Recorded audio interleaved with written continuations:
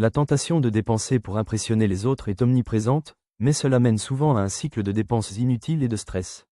Rester humble consiste à se concentrer sur les dépenses qui apportent une véritable satisfaction personnelle, et non sur des objets de prestige comme des voitures destinées à prouver votre réussite. Privilégiez plutôt des investissements dans des expériences enrichissantes ou des activités qui favorisent votre bien-être. Cette approche offre bien plus de valeur que l'accumulation de biens matériels, car un mode de vie ostentatoire peut rapidement entraîner des problèmes financiers. Les dépenses excessives pour des biens de luxe engendrent souvent du stress lié aux dettes ou à des obligations financières lourdes. A l'inverse, choisir une vie simple offre une liberté extraordinaire. En réduisant vos besoins matériels, vous libérez des ressources pour des projets significatifs et des expériences enrichissantes. Cela minimise aussi les préoccupations financières. Rester humble ne signifie pas renoncer à tout plaisir, mais faire des choix conscients en privilégiant la qualité de vie plutôt que les apparences. C'est une stratégie puissante pour construire une stabilité financière tout en vivant une vie riche de sens. Un autre point fondamental est de trouver un équilibre entre épargne et vie quotidienne. La vie est faite d'expériences uniques qui ne se reproduisent pas. Voyager, passer du temps avec ses proches ou vivre ses passions sont des éléments essentiels d'une vie réussie. Bien que l'épargne soit importante, se priver excessivement pour un avenir incertain peut mener à des regrets. Il ne faut pas sacrifier les moments précieux d'aujourd'hui pour un confort hypothétique demain.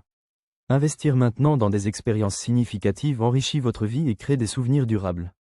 L'argent n'est qu'un outil pour profiter pleinement de votre existence. Un équilibre entre investissement et bonheur immédiat est donc indispensable pour une vie accomplie. Planifier l'avenir ne signifie pas ignorer le présent. Épargnez régulièrement pour vos objectifs à long terme, mais réservez aussi une part de votre budget à ce qui vous rend heureux, voyages, loisirs, activités sociales. Cela permet d'éviter les regrets et de construire une sécurité financière dans la joie. Une autre stratégie utile consiste à créer un filet de sécurité, un fonds d'urgence, des investissements à faible risque, afin de garantir la stabilité de votre portefeuille. Cette anticipation réduit les tensions liées aux dettes et augmente votre sérénité. En vous libérant de ces angoisses, vous pouvez vous concentrer pleinement sur vos objectifs. Les soucis financiers génèrent aussi des tensions relationnelles. Les réduire améliore non seulement votre bien-être personnel, mais aussi vos rapports aux autres. Une bonne planification diminue les conflits liés à l'argent et favorise un climat plus harmonieux, tout en renforçant la santé mentale. Ce que j'ai voulu vous transmettre ici, c'est qu'une bonne gestion financière ne consiste pas seulement à accumuler de l'argent. Il s'agit d'équilibrer l'épargne, le plaisir et les relations pour bâtir une vie vraiment épanouissante.